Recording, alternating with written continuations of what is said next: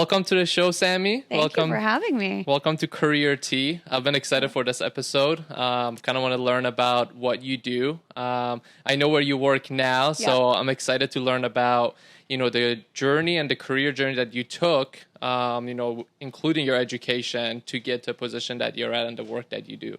Awesome. Well, I have a fun career path, so perfect. Excited to talk about it.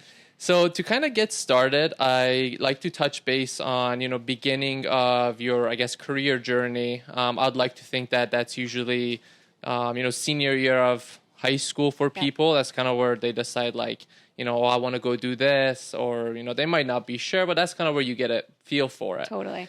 So what was your, when you were a senior in high school, what was your mindset? Did you know what you wanted to study? Did you already have an idea? Yeah. So I have been playing sports my entire life. So the sports industry was something I always wanted to be a part of. And then my family has always been on the business side. So I was like, okay, how can I mix both together? So I was looking at schools with sports management programs. And then I knew I needed to get internships just to have my resume kind of excel from others. So I guess starting in high school, I'm trying to think back of what that internship was. I don't think I had internships in high school. I think senior year you do one your last semester right before you graduate. And that's a lie. I interned at a sports marketing agency. And this is super your small. High school senior year. This was high school senior year. You do it for 30 days before you graduate. This woman who was like a family friend of ours, she was managing a couple athletes. She had one big Patriots player as like her main athlete that she would manage. And we did a bunch. It was more experiential. So we did a lot of events, sponsoring. We're doing I think it was like a bowling event. And it was hosted by this athlete. And I am totally blanking out on his name. It'll come to me later. But I always knew that was a career path I wanted to go in. And then being a sports fan, kind of guided me to go into a Big Ten school where they had a really good D1 program, whether it was hockey, basketball, or football, which was kind of the sport that I associated myself with. So, that's kind of where it ended up, where I applied. And then ended up getting into University of Michigan, which was my top choice. I was I always wanted to go here. I'm from Boston, so I had that Tom Brady connection.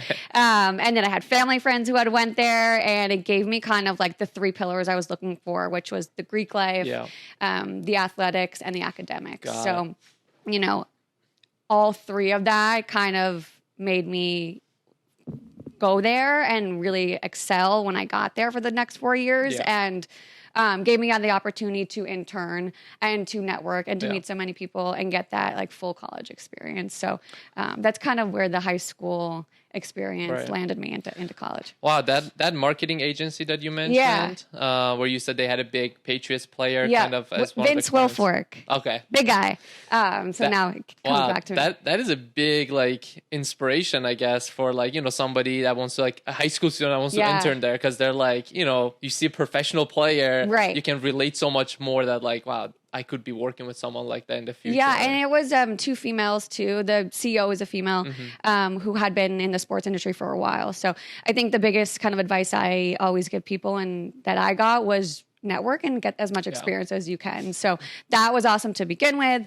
And then, between that, her network and then the CEO's network, now with LinkedIn wasn't really that popular back then, but there's just so many connections. I'm so glad you say that so early on regarding networking and creating your connections. Yeah. Because the older I get and the more I go through a professional career, the more I realize how much more effective networking and connections are. So much. Versus if somebody only has good education but no networking, but someone else has okay education but crazy networking, that person will go much farther in my opinion. So much farther. And I think going to Michigan helped me, and I can talk more too about my major there, and then what I did kind of to excel and make my resume stand out. But then even graduating, it's that first job you get out of college is so hard. And I've definitely excelled from the first job I got out of college where I am today. But the last two jobs I've gotten were because I knew someone who got me in the door. So networking is so important. And that's why you just never know who you're going to run into. Right. So before we jump into your, college experience and how that was, you said you related to football. Yeah, football and hockey. I think the football was more, again, and grew up like a big Tom Brady fan, so I'll probably get made fun of that. Yeah.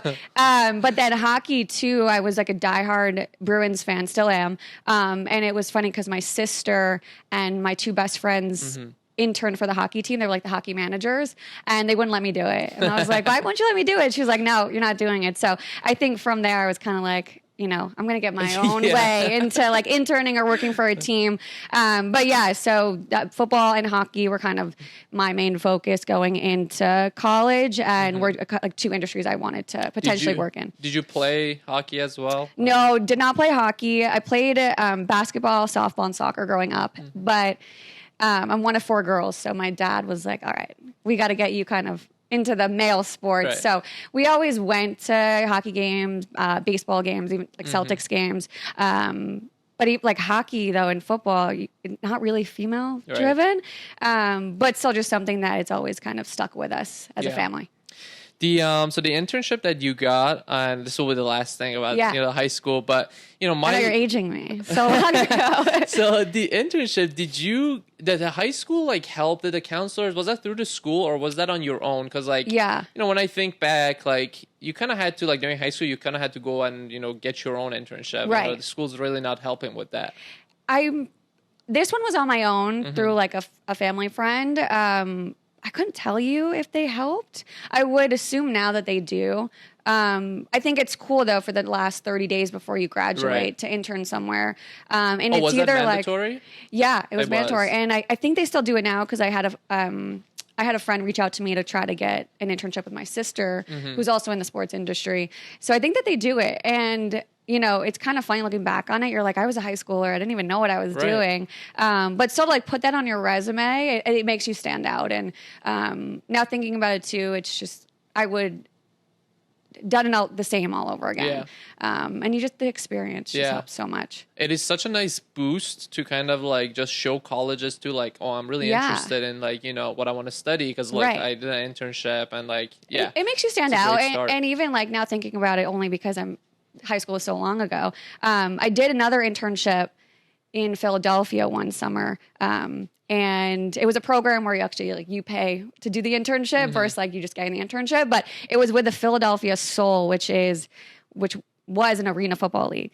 So even having that on my resume too for like one summer, that was before senior year. I think that was my summer going into that. And people do team tours all the time in high school. I think my sisters all did it, but I was like, no, I want to do like an internship program. So I don't think arena football exists anymore, but it was still to get that experience of like what the back end office looks like, and kind of like operations. And you met so many people too. So it goes back to the whole networking. And, I think I'm still connected with a bunch of people from that program, which is awesome. Wow. Yeah. Connections for life. Yeah, it really is. So you applied to University of Michigan. Yep. Which I hear the name in college football. I don't watch much college football, but I know they're up there. They're the national champions. Right. It was. I always wanted to go to Big Ten school.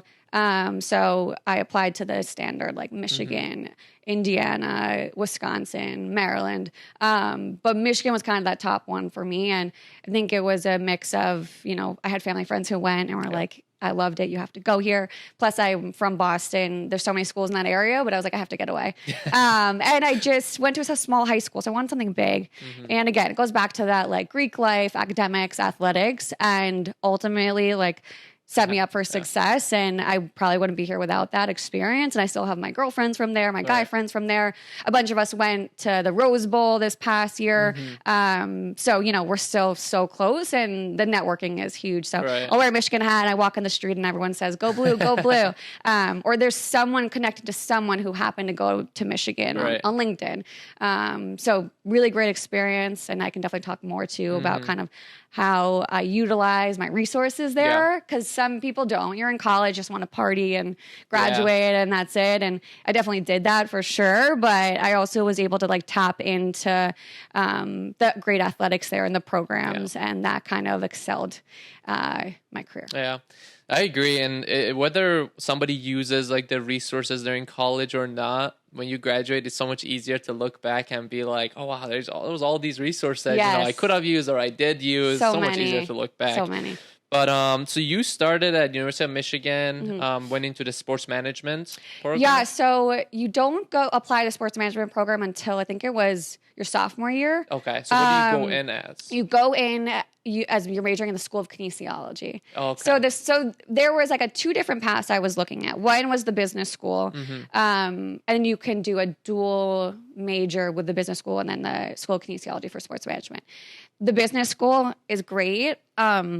So competitive that I was like, it's not for me. Yeah. I got like nervous, you're competing against very smart people. And granted, like I was smart, but not like these people. And I was like, I think I would excel better in an area that's not so competitive, but then you're still getting that sports management focus. So the first 2 years you take the standard like electives and your standard like English and psych and all that. But then when you get into the sports management program, that's when you start taking like, sports finance and sports marketing and sports law and kind of more that niche area that I was more interested in. Like the law class we took was boring, but if you had a sports tie to it, it's like, oh, I kind of like this. I think the, sports, like the accounting and the finance area definitely did not excel. Right, because you're like, what am I going to do? Yeah, numbers not for me, but like the sports marketing was awesome. And then I was able to have an internship for credits as well, and then do a research program for credits. So there's a lot you can do with it. And I think too, being in a sports management program, like we took trips to New York and we went to like the MLS offices and sports agencies, and they just set you up really well. And it's a smaller environment. And I'll never forget though, we took a public speaking class and I had like 2 massive football players in the front row. I'm like, I can't speak. But now I'm like, okay, I'm really fine public speaking. So it was really fun. The classes we took, I think some of the professors are still there, but way smaller school than the Ross School of Business, which I liked. Yeah, imagine like some of those like trips that you take to like, sports offices or agencies. Imagine if you can just make that 1 or 2 good impressions, like, as a college student. It goes a long way. Right? It really does. People will remember names too. Yeah, and it's like key things that help you excel. People don't have business cards now, but reaching back out to them and just introducing yourself, hey, it was so nice to meet you, and then asking if they have coffee or time to hop on the phone. Like the smallest things go such a long way that people just don't realize. And I think even today too, like, a thank you note after you intern somewhere or getting coffee or just to chat about someone's career like this, then people listen to it and people will reach out, and that's how you kind of grow that network. Yeah, I feel like in this world, in this today's, time, there are so many like, I guess, mean or negative experiences of people that you do like a small like positive gesture like that, like hey, thanks for this, thanks for that, like people be like, oh wow, like and granted I get now currently my LinkedIn is flooded with messages, so I can't respond to everyone, but it's still that just initial outreach, to show that you're trying. First, people are lazy and, I agree. So your first 2 years, you said it was a lot of like elective type classes, general classes, and after your third year, that's when it picked up more to be more focused and specific to sports management, which is what you were looking for, right? Yep. How were like your, I guess at that point, you start taking these classes, did it strengthen your, I guess, idea of the path that you wanted to go down on, or did it make you like second guess, like, maybe this is not the area, should I try a different area of sports management? It did, and I think I started to realize it's kind of the sales trajectory is the easiest if someone wants to go into the sports management program. What do you mean by like sales? Like so what would that area look like sports sales, so ticket sales. Got it. And I didn't want to do that. Yeah. But I started to realize this might be like an entry point. And I didn't do that. Did you think it wasn't like exciting enough? Like, just like for me, I liked more that marketing side of the industry versus the sales side. And the public speaking class, like, did I love it? No. And the cold calling and getting rejected, no, would not like that. So I never took that path, but I think it started to opens your eyes on, okay, how can I just get my foot in the door? Right. And I ended up getting my foot in the door in college with 2 internships. So I interned with the athletic department. I interned with the hockey team, which, I eventually got my internship with a hockey team, in the media department. And then I worked some lacrosse games. I worked some gymnastics games, but ultimately having that internship in the athletic department, 1 to 2 days a week, you would go in for a few hours and then you would work on the weekends whenever they had games. Was so amazing, and I would do it all over again. And working hockey games every Friday, Saturday night, you're in the media. booth up on the top and you're doing the plus and minuses, the stats of the hockey games, and you do the press conferences after. That's kind of the direction I wanted to go in. The media side of things versus more the like, I don't want to sell ticket sales. So that was awesome. And then I ended up getting an internship with the Red Sox the summer after my junior year. Oh, wow. That was heading your into my second senior internship. year. My second internship in college. So what was your first internship that you had? In college, the probably the athletic department one. At your university. Yes, because I think freshman and sophomore year, I think I worked at a restaurant just to make some money. Right. So, you don't really. We all do. Right. I was thinking about this last night. I think I worked at an Asian restaurant as a hostess. I worked at like a froyo store when that was like hot back then. So, and then babysat. So, anyone wants to make money when you're in college. But I think where the most important time to get an internship in college is right after your junior year, because then that's going to set you up for potential maybe a senior year internship or a job after college. Right. So I was looking at two programs, the Celtics and the Red Sox. I knew I wanted to work for a sports team. And then being in Boston, it's like, okay, how can I know someone who knows someone who can get me in the door. Yourself right. Have to. So I ended up, and I was abroad during this time. So you're interviewing when you're abroad, time change. The Red Sox interview, I remember you had to record yourself on the computer. I was in London. Okay. Which I did a sports program actually there. Were you studying abroad? Studying abroad. Syracuse University. They have a study abroad in London, and they actually had a ton of sports classes. So that was really fun. We took tours of like Chelsea Stadium, and we didn't go to Wimbledon, but I think we did the grounds of Wimbledon actually.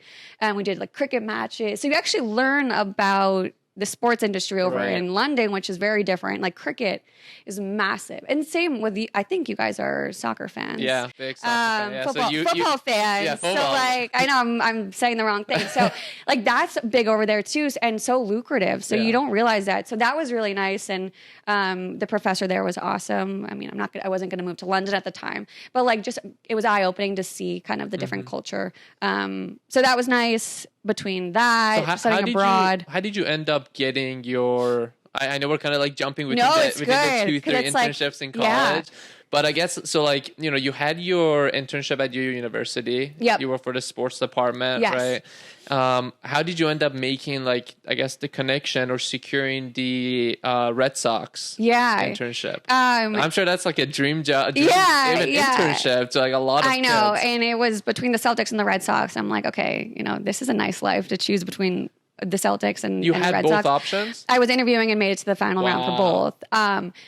What made me, and with the Red Sox, family friends who worked there who were able to get my resume in the door, and also knew someone previously who my sister had worked with, was a PR agency, which we'll talk about later because the woman who worked there ended up hiring me after college. And they worked directly with the Red Sox. So it was just like a lot of small kind of connections that ended up like making my resume stand out. And then, in the interview process was wild because I think they still do it these days. You basically you're interviewing on a computer, but you're not interviewing with someone where they're recording you and a question pops up and you have like 5 minutes to answer. And I'm like, oh my God, this is wild. I messed up one of those one time. It's crazy. Yeah. Cause first time doing it too. You don't really know. No, you have no idea. Yeah, you messed up and submitted. It's wild. So then, I did that and then ended up like knowing some people who worked there and was able to get that internship and super lucky and thankful to get that. And worked in their like media department too. So I feel like this like media department trend was kind of the angle I was going in, but no one leaves when they work for a team. Yeah. Like the whole media department, I think, is the same today as it was when I interned there however long ago. Yeah. It's so hard. So it goes back to sales because if you want to work in sales, their overturn is there. Like there's always open sales positions, inside sales, ticket sales.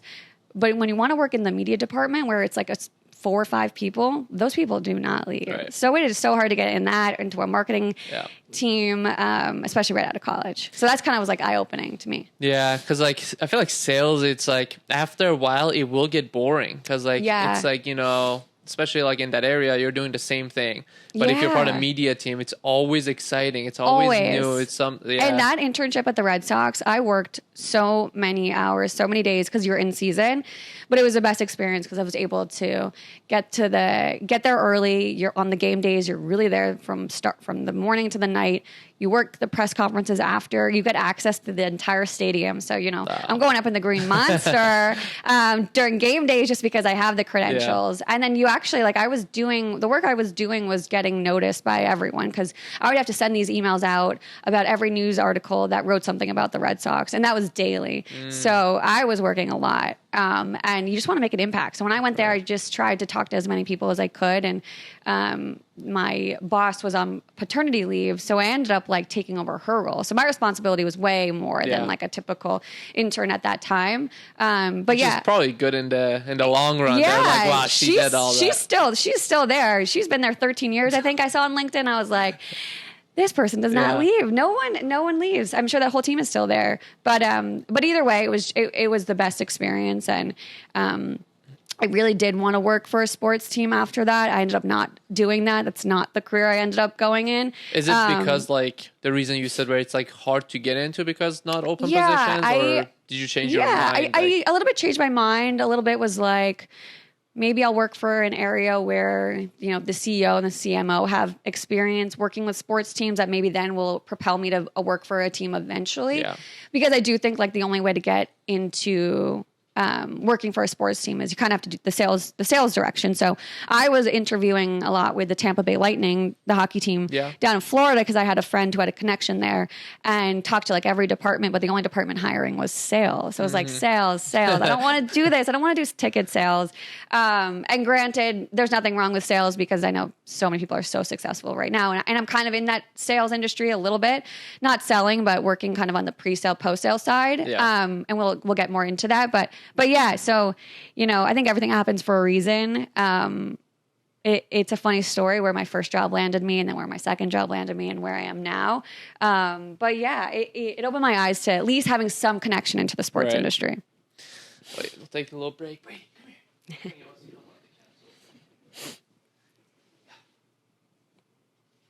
I'll sit here.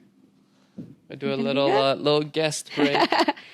Well, there's a reason I went to Michigan after Tom Brady. Did you, we'll get back into it, but since we spoke of Tom Brady, did you watch his Tom Brady roast? I did watch the roast. It was so long, so I went to sleep. I forget the last person I saw before I went to sleep, so I need to finish it. But yeah, they went hard at him. They went hard at him. But I think the Bill Belichick just opening up and you never see him smile or laugh or anything because when he's on camera, he's just so, a couple words and leaves the press conferences. But yeah, it was crazy. It was nice to get the band back together. Yeah. I've been fortunate enough to be a Boston sports fan I'm now 30, but I've seen everything happen. I've seen Red Sox celebrations. I've seen Celtics, Patriots, Bruins. So it was nice to get everyone together because we're not so good anymore. Better than your Bills, but yeah. So it was fun. I liked it a lot. It was a Sunday night. I forget how much the viewership was, but everyone in America was watching that roast. I think he handled it very well, though. He did. There was somewhere you knew you were like, oh my god, but it's a roast. What do you should expect. Right. To get made fun of. And, the comedians on there were great too. And I feel like I don't know too much about the comedians. And now I'm like, I want to go see Nikki Glaser. I want to go see all of these. She was really good. She was really good. She was the best one, honestly. She was the best one. So, so I loved it. Nice. Yeah. Jumping back into, our conversation. So you interned at Boston Red Sox. Yep. I'm sure the connections you made there were, probably one of the best connections you could make. Did you do any other internships? After that in your college? Or? No. Oh, I did a small one summer. And this actually ties back into how I got my first job. So I interned, I forget, this must have been sophomore year.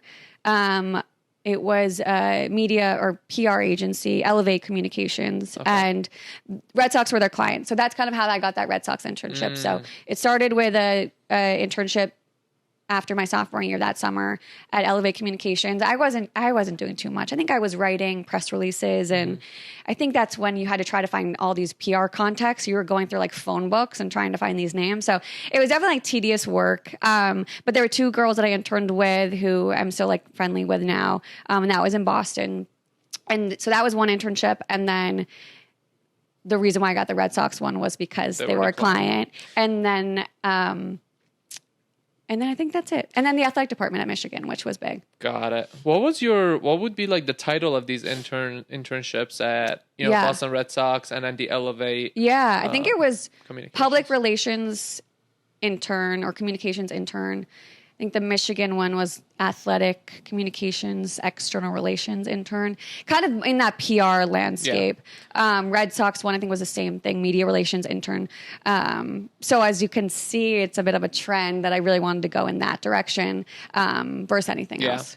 How would you, and this is a little bit of personal, like I want to know this as well because I'm not sure, but I'm sure the audience might not know either. What's the difference between public relations and public affairs? And like if you intern in one area versus the other, like what would be the difference? I don't even know the difference. Okay. No, I think the public relations side, public affairs, which was like, part of, so similar. Which was, I think, part of the title too. I mean, you're working with, journalists and media outlets, and as for a PR agency, you're just trying to get your clients in there so they get noticed. The public relations side, it really I think the coolest thing is working with like news agents or news publications. So you see those segments on like Good Morning America, and that's kind of what a PR person does. But it goes a long way. Title, I don't even know. Titles these days mean nothing to me. Yeah. It's like, seriously, it's wild. Yeah, you work at you see some people at these media agencies that are vice president at the 25, and you're like, what are you doing? But it means nothing. Yeah. You're not one below the president. But literally, I'm like, what? It means titles mean, and I don't want to swear on this, but mean crap. Yeah. But either way, we'll still talk about my title and where I am today. But public relations, public affairs. Very close. Yeah. So after you graduate college and your university and you use your internships, what is the, I guess, first full-time that you go into? What's your title? What's the company? A public relations firm. Nice. So we're talking about this. A PR and marketing agency. So I definitely didn't apply to a ton of places and was kind of being picky on where I wanted to work. And my boss at Elevate Communications, I think she was like a VP there, called me one day. I was like, hey, Sammy, do you want to grab coffee? I'm starting my own company. Would, love to chat with you about it. That goes back to the networking. Right. And I was like, sure, of course. So we met for coffee in Back Bay in Boston, and she gave me a little insight of how she was starting the company, who she was starting the company with, and kind of her vision. And she was starting it with an old coworker. They had both started their careers at the Patriots. Wow. So I was like, okay, this is kind of where I see myself going. They're working for a team. They have that sports background. And she's like, it's going to be really a startup feel. You're probably going to have to do a lot of admin work, but you'll get a lot of experience. I was like, this actually may make sense versus working at a large company where you're kind of a small fish in the water. Here you're going to get so much experience, especially a startup feel. So I was really intrigued. The salary was so low, but I was like, okay, I think it offsets getting this experience and building those connections because they both had really successful careers at the Patriots. And then I forget what they went on to beyond that, but either way, I think the biggest thing for me wasn't necessarily the money, but more the connections that eventually, will lead up and get me somewhere after that. So that's where I was 2.5 years after college. Got it. And that was a lot of learning about marketing. A lot. Marketing, relations. PR, you're working with it. We didn't necessarily have a lot of sports clients, but we had more kind of, we did a lot of restaurant openings. That's what I was going to ask. Whether you learned, because I'm sure PR is different from industry to industry, but I'm sure it relates a little bit too, right? A little bit, yeah. And it's a lot of outreach and pitching your clients and writing press releases. So you really kind of learn the basic skills, especially, kind of how to craft a story, which is was so helpful because I think any job, you're going to have to craft a story. Even if you're pitching yourself, even on this podcast or even on an interview, you're going to have to tell a story and kind of sell yourself. And you were really selling whatever product you were working with. So it was a great learning experience. I think if I had to do it all over again, I probably wouldn't have done it, to be honest. Why not? And what would you have done instead? I think I would have done a little larger company. Okay. I didn't mind the startup feel, but I felt as if my time would have been a little more useful if I worked at a larger company and kind of more structured versus this one was, I was doing a lot of things on my own, which was great because then I learned some skill sets that I wouldn't have.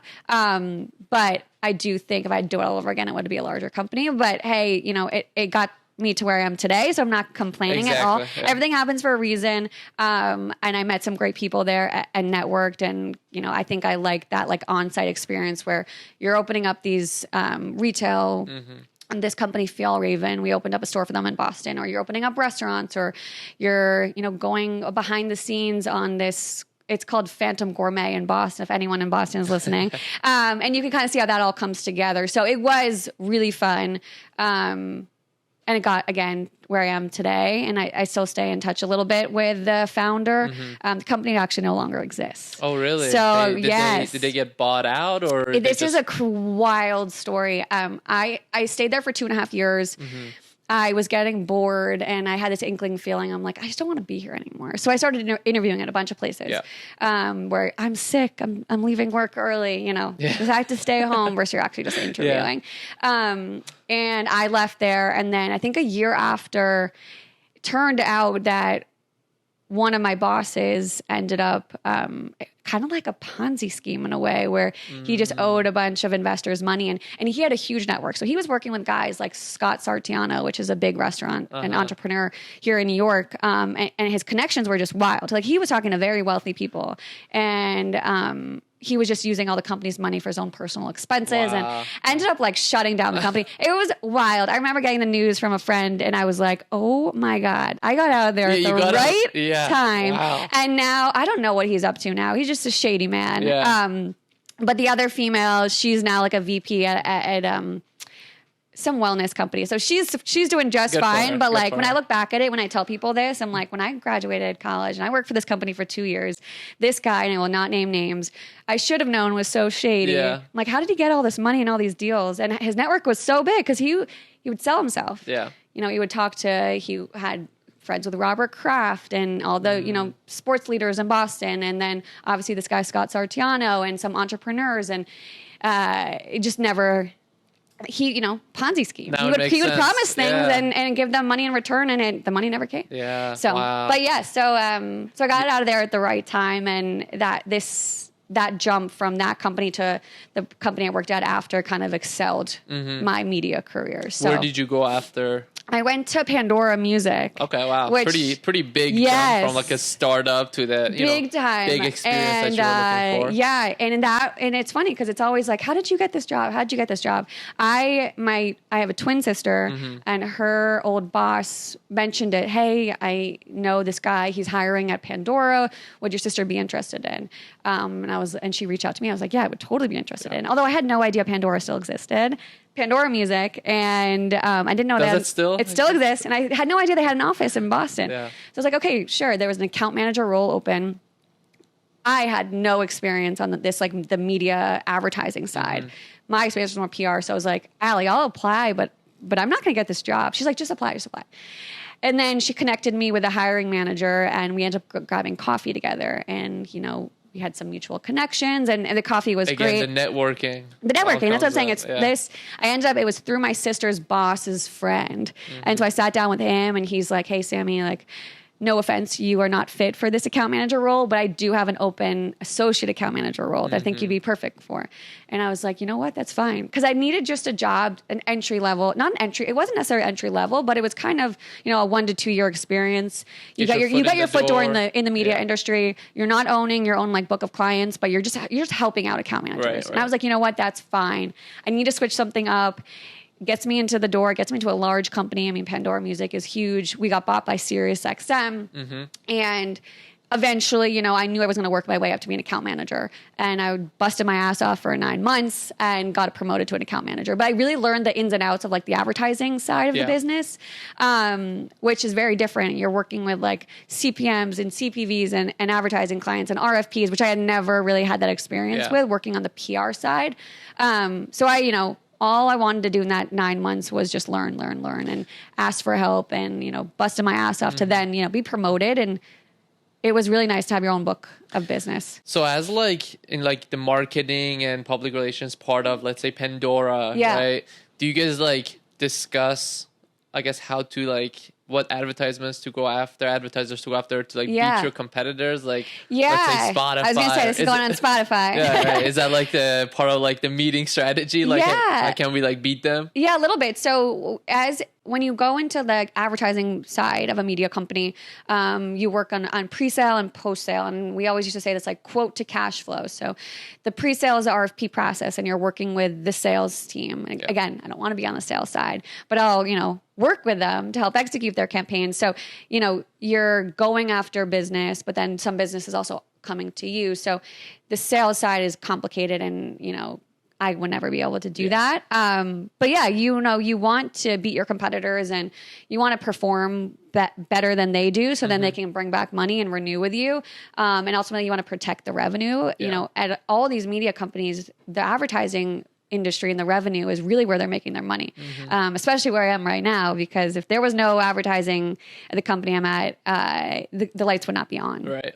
So it is a huge area. And also one where I was at when the pandemic happened too, and not an area you think you would get laid off on. And I definitely survived a few layoffs when I was there. And what year was this again? This was, maybe 2018, 2019 to 2021. Got it. Because they need the people like us who are bringing in the dollars and keeping the lights on. But it was amazing. I was working, you know, with some really cool clients, some really great people. But I got to the point where 3 years in, I got bored. So if you're listening right now on Spotify, you potentially may get an ad. And that's kind of what our department did. We were the ones that helped traffic those campaigns, those audio campaigns, digital campaigns. And you're working with advertisers who are sending you audio spots and like companion banners or video spots. You see it on the TV. It's the same thing. And I just got bored. It was like, what am I doing? This is just not fun. But the most amazing experience. But yeah, and then you got the people that buy the Spotify Plus or Premium. They don't want to listen to the ads. Yeah. No one, if you ask anyone, do you like listening to ads? No. They're going to say no. It's like you're in the mood of whatever it is you're watching. But the company has to make revenue at some point. So you have to become profitable and you have to have some revenue stream, and that's where they do the ads. So it is a lucrative industry, and the advertising trends over the last 5 years are so different. But, you know, I got bored. And if you're going to get bored at a company, you don't want to stay there. Right. So I was like, okay, what's next for me? Yeah. So I'm guessing that at that time you're starting to get bored. You're probably starting to think a little bit like, hey, maybe I want to go back towards the sports route. Did those thoughts ever cross your mind? Yeah, because we didn't even talk about how this music industry was nothing related to sports. It's great on the resume. Great on the resume. Good experience. Exactly. Big company. But I didn't have sports clients. There was no tie into sports. And so what's your move from there? What I think, you know, the stars aligned. There happened to be a job opening up on LinkedIn at Barstool Sports, which I've known that company for a while, being from Boston, being a Michigan grad, Dave Portnoy. Yeah. And I had a friend from college who worked there. And I was like, you know what? I'm going to apply. Caveat was it was in New York, not Boston. And I'm living in Boston at the time. My whole family's there. And at the time, did they have offices both Boston and New York? No, just New York. Just New York, and I was like, I think this would require me to move, but I'm still going to apply. Worst case, you get to the last round, you say no. So I applied. I reached out to the guy, my friend Sam, and I was like, hey, Sam, my resume could not be more perfect for this job. It was an account manager role. Okay. And you've had literally associate account manager, account manager. Like all of it. It could not have, I was like, I am getting this job. Yeah. So I sent him my resume. He sent it to the hiring manager. He was like, you seem perfect for it. Like, she'll reach out to you. So I had, I think it ended up being 4 total interviews. Once I got past the first 2, I was like, I'm getting this job, but I have to move to New York. Yeah. And you know what? It was that COVID period. I actually had just gotten my dog like 2 months before. I had moved into an apartment with my sister. Like, it was the worst timing to move, but I also had to put myself first. And I was like, I think this is a great opportunity. I get back into the sports industry, into a company that I've been following for a while now that's really kind of, making headlines. And I'm still working on the media side, which I have my experience with. Seems like such a good mix. Yeah, it was perfect. And I was aspects. like, okay, so I was so confident in myself. And that's what you need. You can't not be confident when you're applying to jobs. Because the moment you think that you can't. They sense it. They sense it. So I interviewed with 4 people and I ended up getting the job. I had 3 weeks to move if I was going to take the job. I took the job. I was like, I'm sorry, mom and dad. I'm sorry to all my sisters, but like, I need to do this for my career. And they're like, no, Sammy, you do it. So 3 weeks, literally 3 weeks to move. Had to find an apartment, had to move all my stuff, start a new job, new city, new friends. Yeah. Going into the office, by the way. No companies were in office. Barstool was the only one. Barstool was in Barstool office was fully in office. Interesting. Okay. So not even a remote job. With a puppy. It was just like, I am crazy. How old? Let's see. And it's not just 27 at 27. Wow, yeah. And I'm like, it's not just any city either. I mean, it's New York City. Yeah. And, I never thought I would move to New York. I thought it was gross. I thought it was, it is dirty. Anyone can admit it's dirty, but it's so big and it's so competitive. And it goes back to like Michigan business school, competitive landscape. I just didn't like that environment. But then I was like, you know what? This job opportunity does not come often. And to get a job at Barstool Sports, thousands of people apply there. And the fact that I got it, my resume stood out, and it was an area where I knew I would excel in, was just perfect. So I didn't look back, and I'm still in New York, and I'm still in New York, and the company, it has grown tremendously. Yep. We've been through a lot. There's not a lot of people that still work there when I worked there, and it's all about growth, and you bring new people in, and you go through some good phases, some bad phases. There's been layoffs, but I've excelled in my career there, and I don't see myself leaving, and I only see myself growing and building out departments. And the people there are just so brilliant, and the ones that stay are the ones that actually want to work there and believe in the company. Yeah. And the ones that left, you don't need them, or they move on to bigger and better things. And the experience has just been amazing, and I see so much growth for the company. But so 3 years ago, I started as account manager, and now I worked my way up to a manager of account strategy. So when you started as account manager, how long were you an account manager before, I guess? Because you said it's been 3 years. Yep. So what have you gone up different levels? Yeah, it was, I think it was like a year as an account manager, maybe a little bit over a year. And I was definitely struggling a bit because I was like, I want to get promoted. How many clients, sorry to cut you off, but how many clients does somebody usually have at, I guess, first year at Barstool as an account manager? It ranges because you'll get people, depends on like your type of, your book of business and kind of like that seller relationship you have. So I probably had maybe 15 to 20 campaigns. Some people have 70 campaigns, but the dollar amount isn't there. So I'm working on, campaigns that are, they can range from a $50K buy to a $5 million buy. But then you have some books that are $1,000 buys here and there. So more like spots and dots. So it all depends. Right now, I'm managing some of our larger partners. So I don't have too many accounts under my book right now, but I'm also managing a team. So it's a little different as being an account manager and then getting promoted to a senior account manager, where from that jump, you work on more of those larger partnerships. Probably more responsibilities. More responsibility.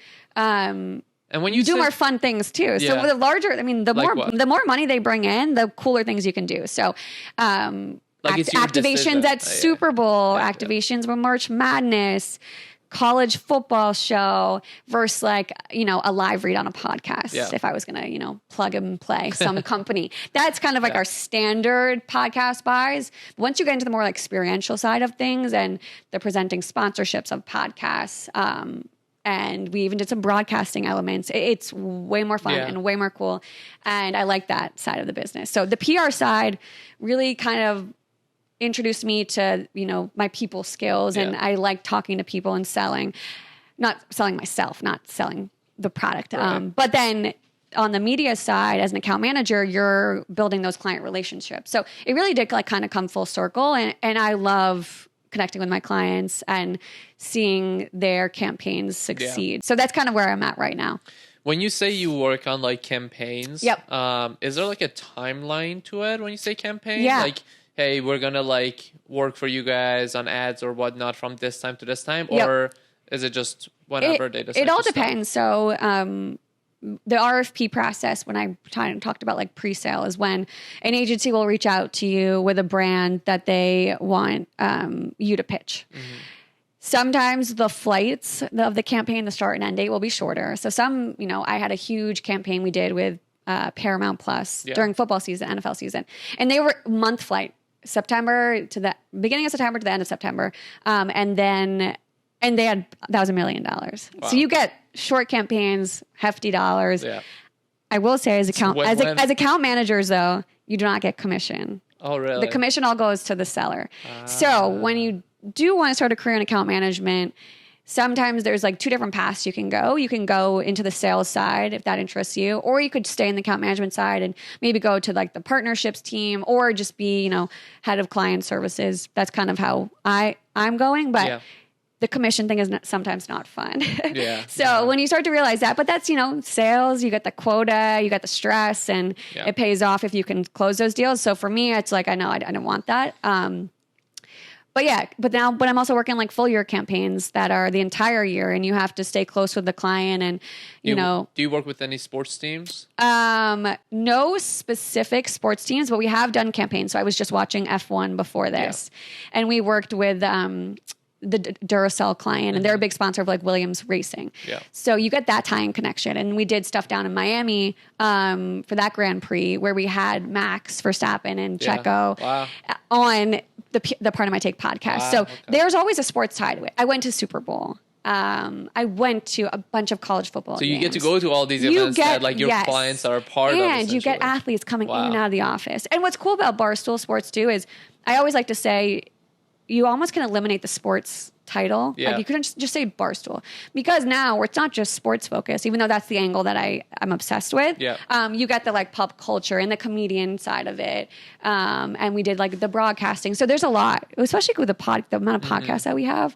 But there's always that sports tie-in angle regardless. And actually now our coolest partnership that I fully manage and helped launch was DraftKings. Yeah, wow. So this also gets me now into that sports betting angle with a company that, is back in Boston and building those relationships, and largest deal we've ever done. So, back in my days as an account manager, I was just happy to get, a 500K campaign. Yeah. Now I'm working 8-figure campaigns. I'm like, how many zeros is on this deal? How times change. But times have changed, and it just like hard work pays off, and believing in the company, and you're going to go through hard times. But I now manage 3 girls and in just 3 years. So it kind of goes back to how working at Pandora, you're a small fish in a big water. I thought I would never go back to a startup life. Mm-hmm. Barstool isn't necessarily what my first job was, but it's still a startup feel. But your work just gets noticed. That's what I was going to say, like, regarding the startup feel. Yeah. When you're in office, like, what's the atmosphere like at Barstool? Yeah. You always see clips being posted, whether it's on Barstool's page or, other creators at Barstool, employees that they post to their page. You always get snippets, of the atmosphere. And that's exactly what it is. Seems very chill. Seems very laid back. And it's another thing, too, going from a fully remote company to being in office has opened my eyes to kind of the area that I want to be in, and the culture makes such a difference. I always tell people, new hires, like, come in as often as you can, because just to be able to consume the Barstool culture. And now we have an office in Chicago, and that really is more like our content house. So a lot more goes on in Chicago. But I'll be on the 3rd floor and I'm listening to Frank complain about the Mets and literally scream. Or I'm hearing a legitimate fight between 2 podcasters during a live podcast. And you're just like, what is going on? Or we used to have this one person who would literally smoke a joint in the lobby of the office. I'm like, this is just another day at Barstool. Or we had, I don't know how familiar you are with like Montana boys who have been blowing it up on TikTok. I've seen them on TikTok, They were in the office like a month ago, and I was like, oh my God. And then you get all these celebrities too that come in and out. And it's just really cool to see it. And who's the biggest celebrity you've seen? Someone just asked me this. I'm like, what's the biggest athlete you've seen? I saw JJ Watt come in. now that a lot of our sports podcasts actually moved to Chicago. Mm-hmm. Now, will I move to Chicago? Probably not. But it is in that, like, that's like Pardon My Take, mostly sports, and really all our sports podcasts moved out there. That's where you're getting your athletes. But I'm trying to think who else I ran into, because there's been a few. Well, I will say one of our sports podcasts, Bussin' with the Boys, Taylor Lewan, I watched him play football at Michigan, and then he went on to go play the Tennessee Titans. So he's like a celebrity to me. Yeah. So when I met him, I was like, oh my God, cool starstruck. Yeah. Carissa Thompson, I walk by her. She's a sports journalist, broadcaster. Do you get there's been a lot, but it's one of those things sometimes you don't even notice that they're in the office and they just walk in. I was in the elevator actually with some big rapper, and I can't even remember the name of it. And I wasn't that starstruck, but everyone was like, oh my God, you know who you're in the elevator with? The funniest thing is too, I will tell you this, and this is just so Barstool. There was a porn star, and I was in the elevator with her. Coming to Barstool to talk on a podcast. Yeah. I'm like, this is just so Barstool. You just get kind of all walks of life. Yeah.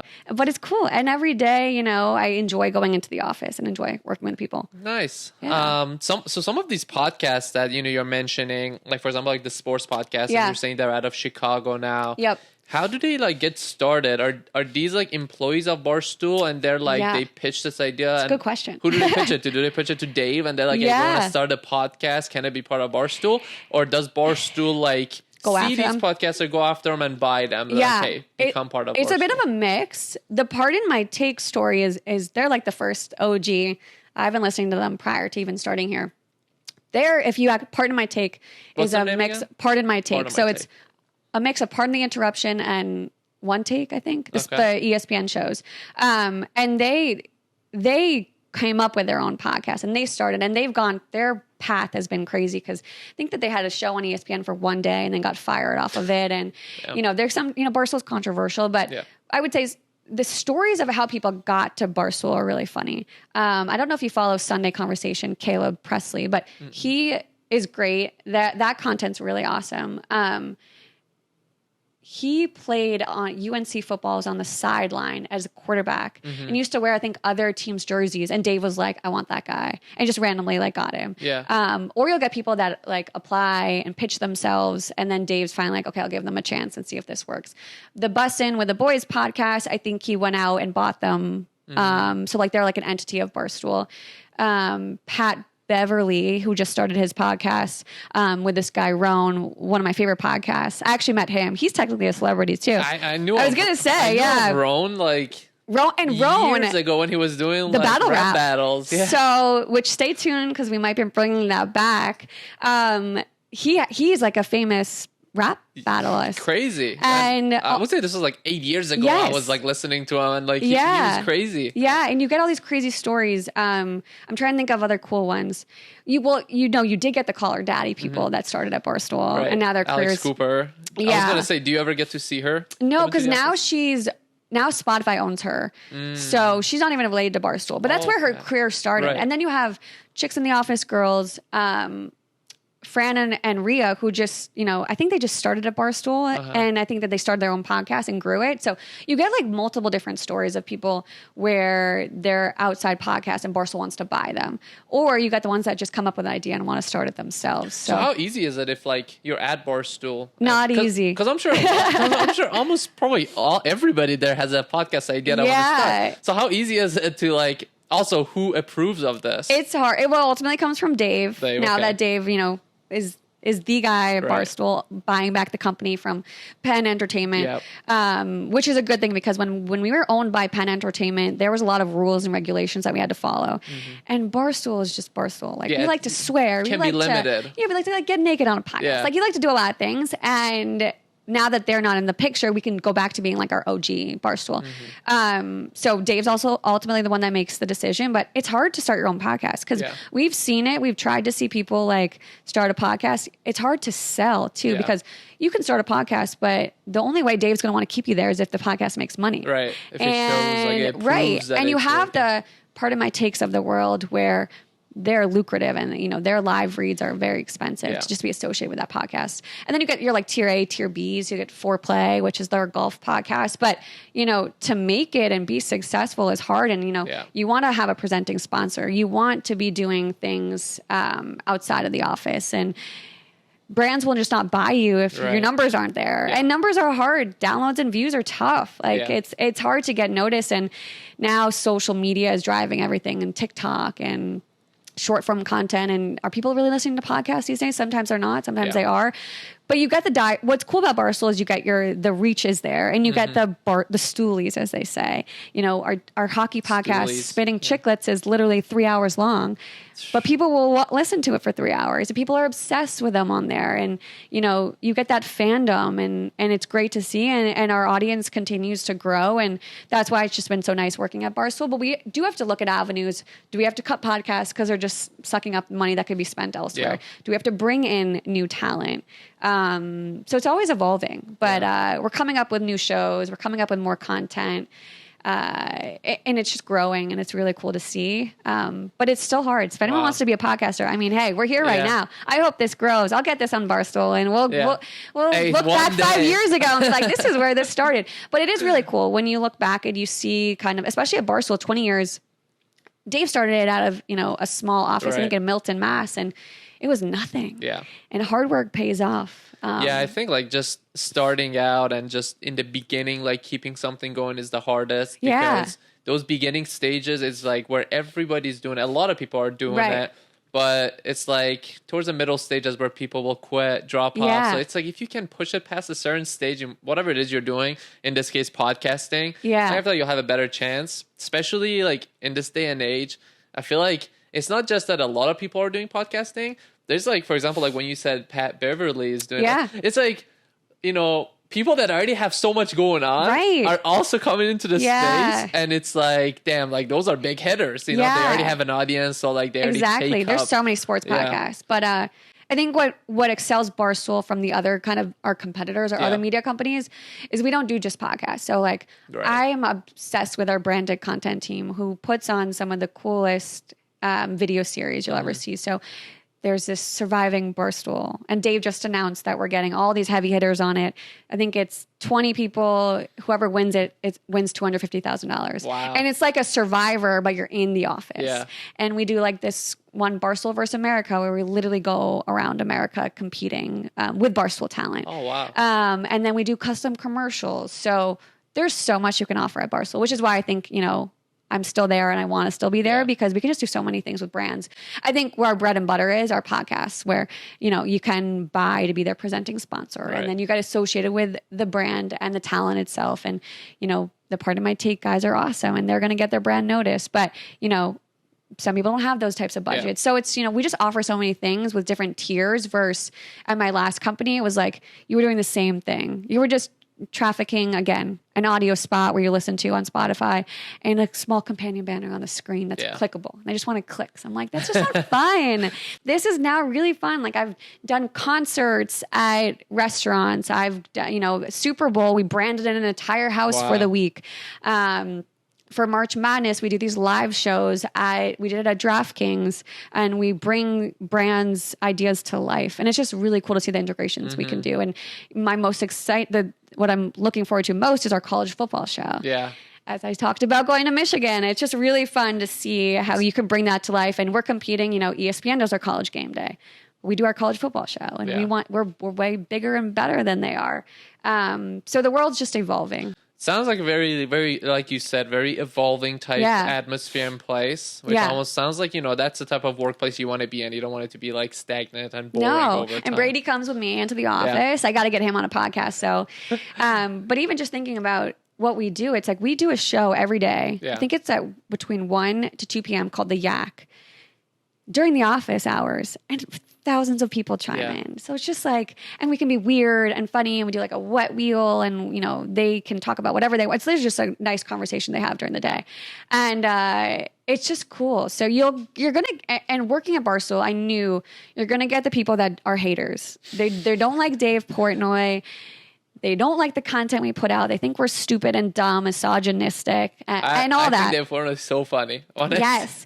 But you're then going to get the people that are like, wow, this is really cool what you guys are doing. And, you know, again, you're going to just silence the haters and show them the hard work you're doing. But Dave Portnoy is a genius, and he went to Michigan. He's from Boston. So I am following in his footsteps. But regardless, love it or hate him, he's a very smart guy. So I'm happy to be there and to work for him. And now he's doing so much with rescue dogs and Miss Peaches. I was gonna say, Miss Peaches. Have you met her? I have not met her. She is the fastest growing Barstool talent there's ever been because she got 1 million followers so quickly. Yeah. But when he first introduced her and I saw her page. Yeah. And then like 2 weeks later I saw it. 1 million. I was like, 1 million followers. I was like, yeah, holy. And she's, you know, doing TV interviews, and I think she just made her own peaches. I think that's the latest thing. My God. And he's been raising so much money. So you know what? He has worked his ass off. Mm-hmm. He's made a lot of money,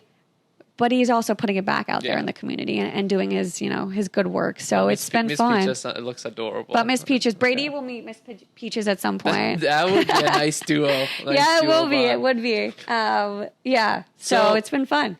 So to kind of like wrap up, I guess, you know, the episode, and, you know, you said a lot of, you know, about your experiences, which I'm sure is going to be very useful to our audience.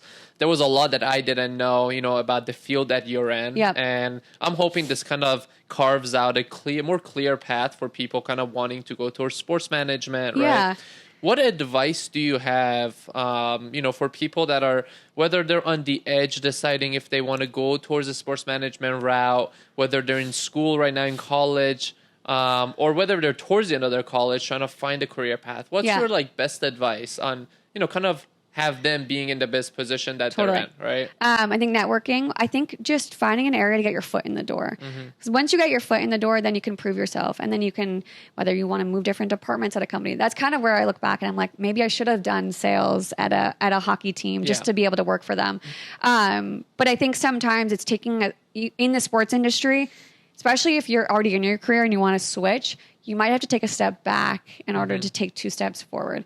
And it's just only because it's really hard to get into it. So you might have to take a job that necessarily, you know, is a lateral move or maybe a little bit below, but it's going to pay off in the future. And I can say that my older sister, she works at the Boston Bruins, and her career path is bananas because she didn't have any industry in the sport, any kind of experience in the sports industry. And now she was working at a furniture company at Wayfair, and now she's a marketing manager at the Bruins. So it all, you know, there's no right or wrong answer to that. I think it all network your ass off, work hard, but I think ultimately the hardest thing is just getting your foot in the door. So once you get your foot in the door, then I think it's a little easier. But yeah, reach out. Again, I'm sorry for the people that I have not responded to on LinkedIn, but that really helps too. And just getting on a informational call with someone is really helpful. But I do recommend starting early. Like, you know, as early, like in college, or even in high school, because like I said, if you're going to try to switch to the sports industry 2 to 3 years out, you're going to have to take a step back. But if you can get these experiences in high school and in college, like working for my college athletic department was the best thing ever. And that made me stand out so much. And people don't do that because they just, you know, it's college, they want the experience, but still, like I loved it. And doing those little things, internships, anywhere you can just get that experience, I think goes a long way. If you want to do a sports management program for a summer, that helps so much. So that's kind of my advice. It's a fun industry. If you compare it to some industries, you're probably not making the most money sometimes. But for me, it wasn't all about the money. It was more kind of my mental well-being, and I'm actually enjoying it and happy. And, you know, to be happy at a job these days is rare. A lot of people are not happy. No, I agree. And I agree with like all the advice that you said regarding, you know, starting early, getting your foot in the door and connections. But mainly what you said, like, you know, in this day and age that we live, people want to like focus a lot. I mean, money's great. Right. We all want to make a lot of money. Living in New York for sure. At certain stages, you know, if you have to like take a pay cut to go to a different position, or maybe take a lower level role to go to, you know, a company that maybe has more exposure, sometimes people might be like, do I want to take a step back or money? But like what you said is great advice where sometimes you have to look at the pros and cons. Maybe go into that company, the connections may be way better than, you know, the money that you are making at the best place, and it might project you to go farther and higher up. And then too, like even being at Barstool right now, like again, I love Barstool and I don't want to leave, but I've made so many connections with my clients and with my account list. So, you know, you never know eventually where life's going to take you, but to make a good impression and, you know, work your ass off and do good work, where then the client will talk to Dave and be like, wow, Sammy did a really good job on this campaign. She's been crushing it. And then, you know, that goes such a long way. But whether I go in-house or not in the future, who knows? But right now, Barstool is the place to be. And I've been loving it. And we have a nice team. And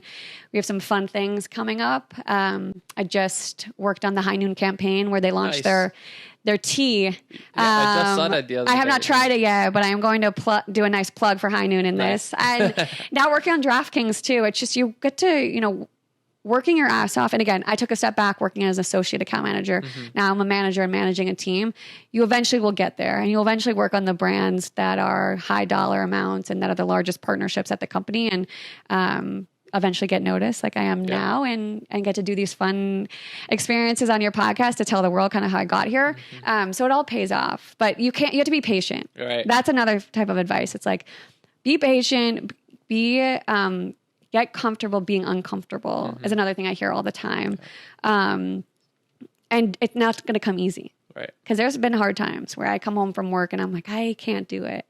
I work hours and hours, and it's not a 9-to-5 job. It's definitely not a 9-to-5 job. Yeah. And I come home and I don't want to talk to my family, and all I want to do is, you know, go to sleep. And it's like, you're going to get that. But then ultimately you have to think about the payoff. And, and now it's better and I love my job, but no career path's going to be easy. Right. Because if it was easy, everyone would be doing it. Right. And you don't want to be in a position where everyone's doing it. And I want to, you know, I want to enjoy it, and I go, and I'm happy, and I'm so excited to go into work. And now I travel a lot, and people see on my social media what I'm doing. And it's really it's just fun and exciting. And you have to love what you do. Right. Sometimes people don't, and it's just not going to happen. So if you're a sports fan, you want to get into the industry, just try to figure out whether you go to networking events or you listen to speakers, and then you talk to that guy for 5 minutes and you exchange your email, or you guys contact information, or you do an internship. Like, I totally understand internships suck,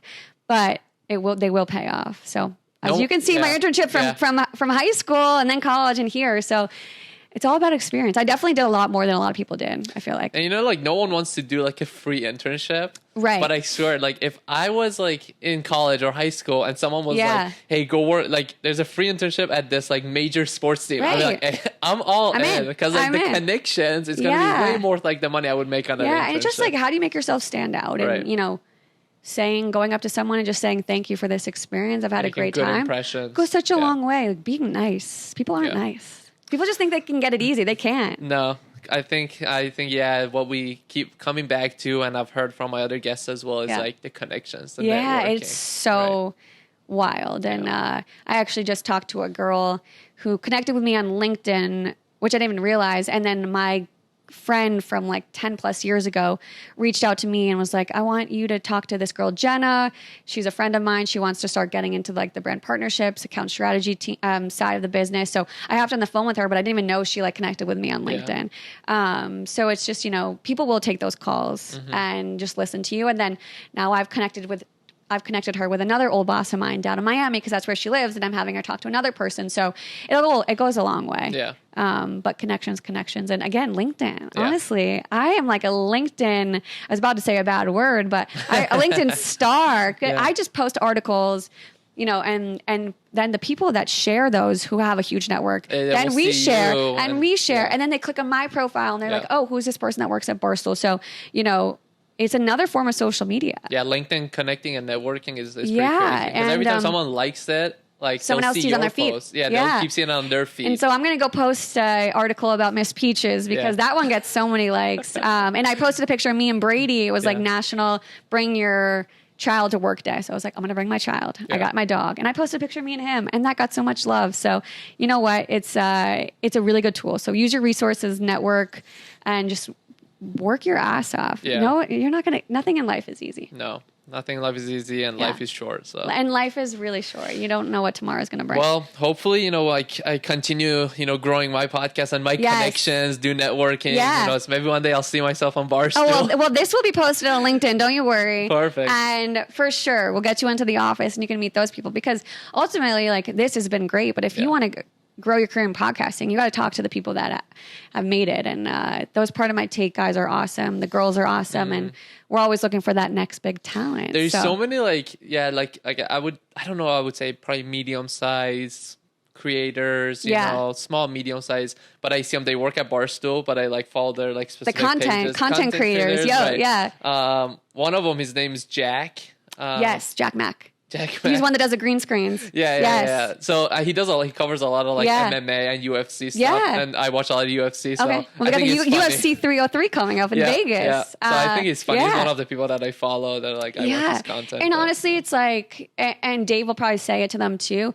Content. Like, if you're being lazy and it's 3 days you haven't put something out there, what are you doing? Yeah. So it goes back to just especially here too, you're working your ass off to get people to interview, and you have to keep doing that, and you have to stay top of mind. But Jack Mack has been, and I'm friendly with him too, and he works his ass off and wants those views and wants to grow his following. And on TikTok, you end up seeing him and then you start following him. So we're always looking for that new talent to kind of come through the Barstool door, and who's going to be the next Alex Cooper, who's going to be the next, Big Cat and PFT on Part of My Take. But yeah, we cover a lot. And I didn't know much about UFC and fighting until kind of getting involved into that. And I know the big one's coming up in Vegas and McGregor and that. And then even now, I'm a big F1 fan. And, it's just nice. It opens your eyes to things you never would have experienced. Cool. Well, Sammy, I appreciate you coming on the podcast. And, as the podcast grows, we'd love to have you back on, in the future as well. And here's Brady, our special guest. But hopefully we'll have you on again later on, as maybe your career progresses. Totally. And we'll hear some more stories and experiences from Barstool. Yeah. And I have plenty of stories, so this could go on. But no, I appreciate it. This is really fun.